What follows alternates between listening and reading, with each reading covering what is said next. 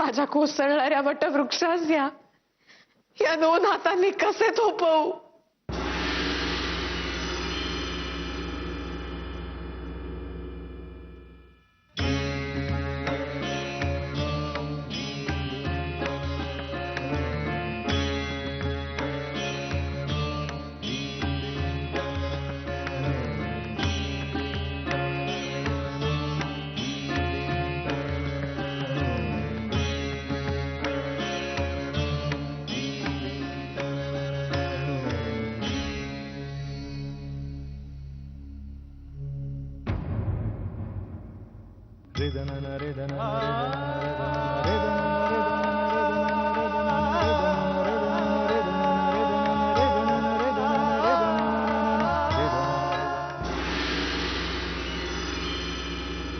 रमाबाई,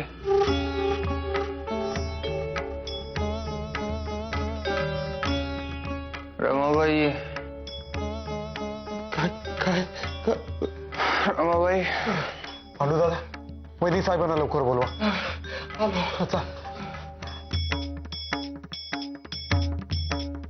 वैनी साहेब, वैनी साहेब,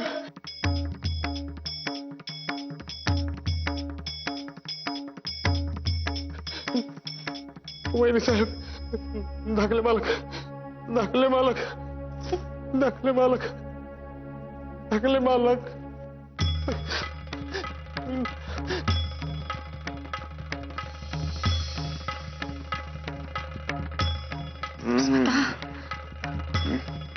Ramabai, hummus बसते करा.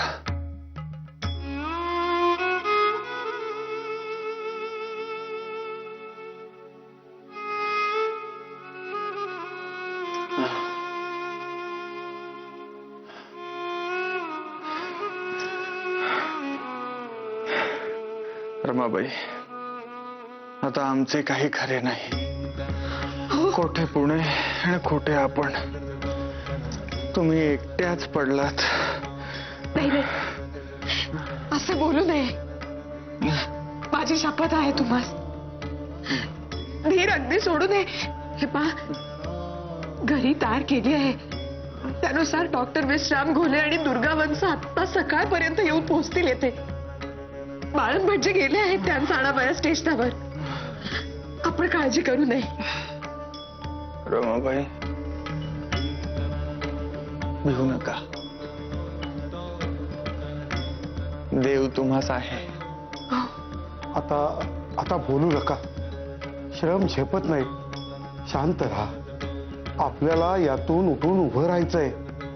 तुम्ही आम्हाला सर्वांना हवे आहात.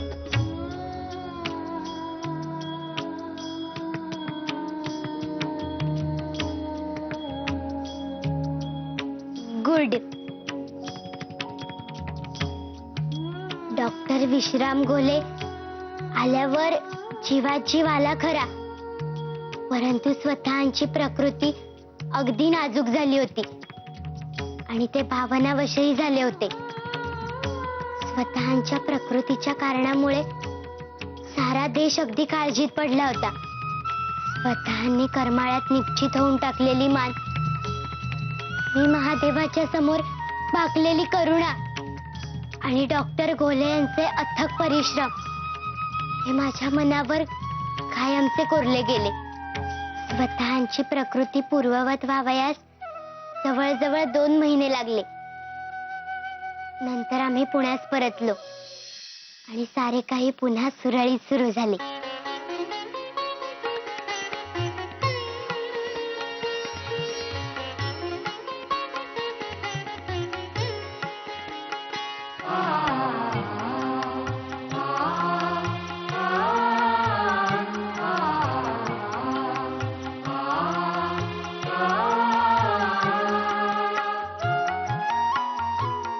बाळन भटजी, अशीच प्रगती करत राहा.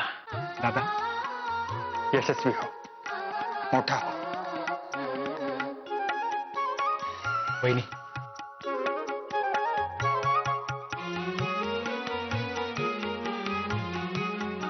आई काकू, सुखी रहा. माई, बघू दे तरी मला. किती मोठा झाला.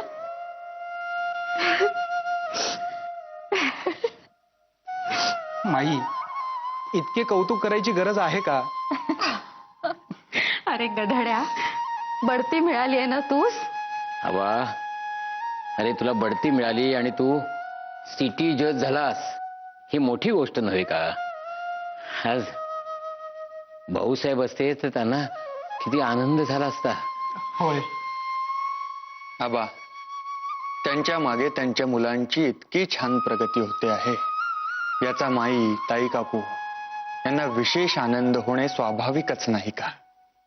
बरोबर आहे रे माधवा. कसे आहे आबा, तुझे आणि बाबाचे लग्न झाले. वर्षभरापूर्वीच तुला छानशी मुलगी झाली हो. तारा देखील खूप गोड आहे. शिवाय तुला नोकरीतही बढती मिळाली. संसार सुखाचा चालू आहे. शिवाय बाबा देखील मुंबईत जाऊन डॉक्टरकीचे शिक्षण घेतोय. झाले, आमचे मन भरले रे बाबा. आता कसे, आता मी वर जाण्यास मोकळी झाले. ताई, ताई काकू, असे म्हणाल ना तर मी तुमचे हातचे काहीही जेवणार नाही. परत सरळ इंदूरला निघून जाईन. अरे आबा, आणि आम्हीही. आम्ही मी सुद्धा. अहो बाई, माई, नाहीतर काय. बरे, पुन्हा नाही बोलणार असे. मग तर झाले. पण खरे सांगू का गो माई,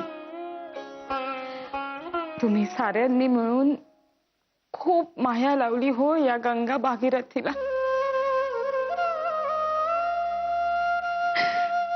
मन अगदी भरले.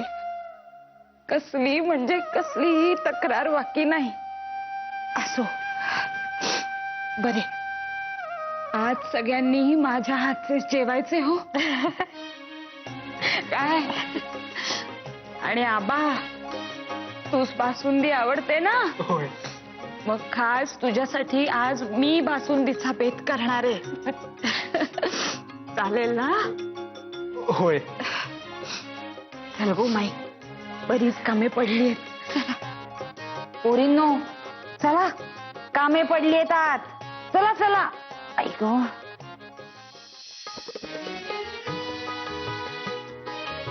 सावकाश होऊ दे हो. होय, आज अतिशय सावकाश आणि चवीने जेवावयाचे ठरविले आहे. आज साऱ्यांच्या चावडीचे खास पदार्थ केले आहेत. आणि मी तर बाबाची आठवण काढून त्याच्याप्रमाणे बासुंदी पिणार आहे. चक्क घोट घोट करीत. होय, बाबाशिवाय पंक्तीस मौज नाही हे खरे. तिकडे बाबास उचकी लागली असेल मुंबईत. आबा, पण तुम्ही दोघाही भावांनी माधव दादाचा आदर्श ठेवून शिक्षणात प्रगती केलीत आणि आता तू सिटी जजही झालास. खरेच माधवासही आपली जबाबदारी पूर्ण केली याचे समाधान मिळाले असेच म्हणावेच हवे. असो, ताई काकू, आबाच्या आवडीची बासुंदी सुरेखच झाली आहे, परंतु आमच्या आवडीच्या सुरळीच्या वड्या देखील बहारदार झाल्या आहेत. पोटभर खा हो मग. पण माधवा, हिरवी मेथी फोडणीला घालून केलेली आमटी मात्र अगदी चविष्ट झाली आहे. पण ताई काकू, खरेच तुम्ही केलेत ना सारे?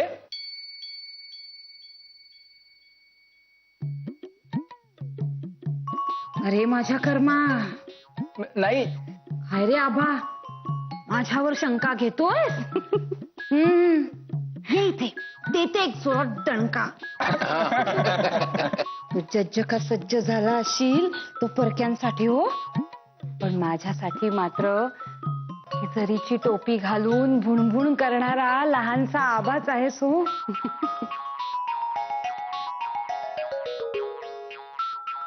जेवा. हो, जेवतो.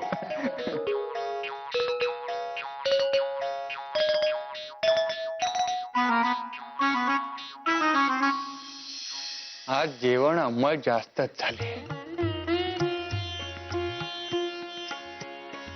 ताई काकू, अन्नदाता सुखी होवो, आज सारखे उद्याही मिळो, हा जो वाक्प्रचार आहे तो तुमच्या बाबतीत अगदी चपखल बसतो.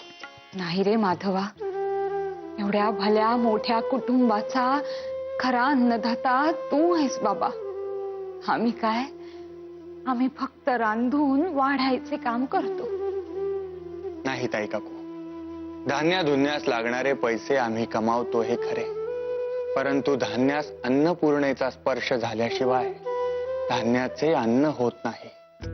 जेवणाऱ्याच्या अंगी लागावे, त्याची रसना तृप्त व्हावी आणि त्याच्या तोंडून समाधानाचा उद्गार यावा, अशी आज बाळगून अन्नपूर्णा रांधते, तेव्हाच या साऱ्या व्यवहारास अर्थ प्राप्त होतो. आणि गेली कित्येक वर्षे आपणच या घराच्या अन्नपूर्णा आहात.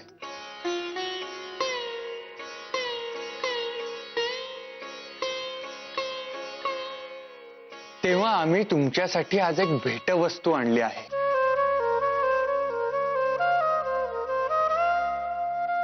अगो बाई, भेटवस्तू? आणि मला नको रे माधवा,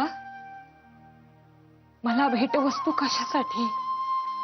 तू माझे जे पोटातून कौतुक केलेस ना, तेवढेच पुरे हो आता मला मरेपर्यंत. आणि भेटवस्तू कशासाठी म्हणते मी? हा, बरे बाबा, घेते मी तुझी भेटवस्तू. अरे काय देणार आहेस? भरजरी लुगडे की हिरा माणकांचे दागिने? ताई,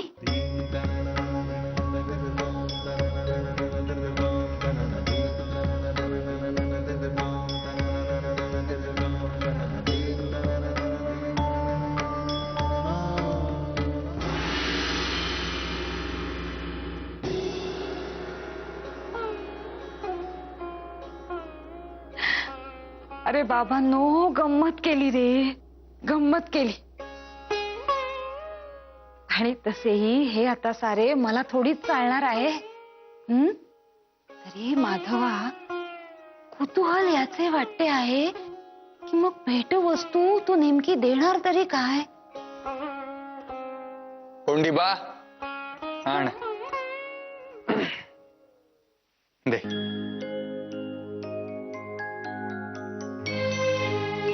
अगो भाई, ताई काकू, हे तुळशीचे रोप घ्या.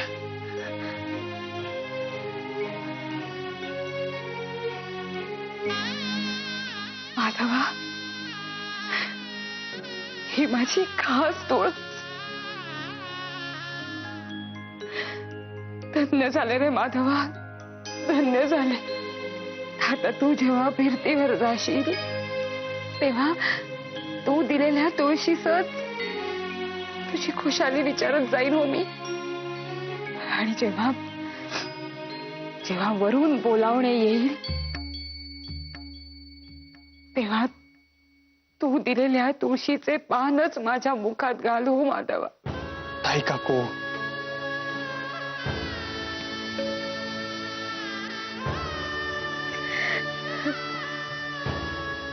खरंच माधवा,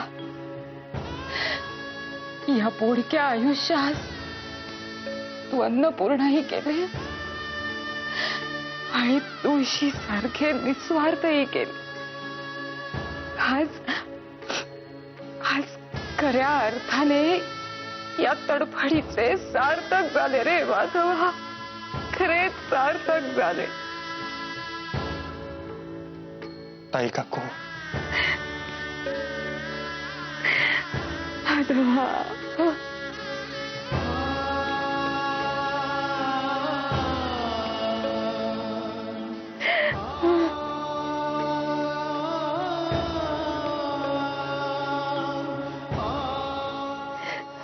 दुसरा एक महत्वाचा मुद्दा चर्चेला घ्यावा असे मला वाटते आहे. बाळ गंगाधर टिळक यांनी गणेशोत्सवास सार्वजनिक स्वरूप देण्याचे ठरविले आहे. त्यांचे म्हणणे आहे की या उत्सवासाठी साऱ्या हिंदूंनी एकत्र जमावयास हवे. साऱ्यांनी मिळून हा गणेशोत्सव करावा. गणपती समोर भजने, कीर्तने, पुराणे, व्याख्याने आणि गायन कला सादर करावी. लोकांचे संघटन होण्यासाठी या गोष्टीचा मोठा उपयोग होईल. शिवाय लोकांच्या हिताचे विचार मांडण्यासाठी आयतेच व्यासपीठ सापडेल. हेतू उत्तमच आहे, निसंशय. परंतु त्यात काही धोके संभवतात. ते कसं काय?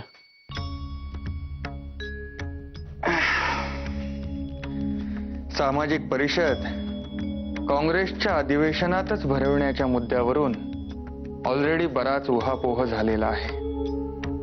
परंतु सामाजिक परिषदा स्वतंत्रपणे भरविल्यावर अपेक्षित निष्पन्न झालेले नाही. बहुजन समाजात जागे करण्यासाठी सारेच जण आपापल्या परीने प्रयत्न करीत आहेत. टिळकांनी मांडलेला गणेशोत्सव सार्वजनिक करण्याचा विचार हा त्या हेतूनीच आहे, हे खरेच. परंतु काय? ज्यावेळी आपण एखाद्या विचाराची मशाल समूहाच्या हाती देतो त्यावेळी तिच्यावर आपले नियंत्रण राहत नाही आणि वाऱ्याच्या एखाद्या झपाट्याने आग भडकण्याचा धोका असतो. ज्ञानेश्वर तुकारामांचा गजर करीत पंढरीला जाणाऱ्या वारकऱ्यांना विठ्ठल रखुमाईशिवाय दुसरे काहीही दिसत नाही. परंतु गणेशोत्सवाच्या बाबतीत तसे होणार नाही. गणपतीच्या निमित्ताने जमण्याची ही युक्ती आपल्या चांगलट येण्याचे धोका नाकारता येणार नाही. कालांतराने निमित्त म्हणजे गणपती एका बाजूला राहील आणि त्या निमित्ताने केल्या जाणाऱ्या गोष्टी मात्र हाताबाहेर जातील. लहान लहान सत्ता केंद्रे निर्माण होऊन ती मूळ उदात्त हेतूला जुमानीत नाहीशी होती. त्यांस म्हणावे, विचार कितीही चांगला असला तरीही देवाला अशा प्रकारे रस्त्यावर आणू नका.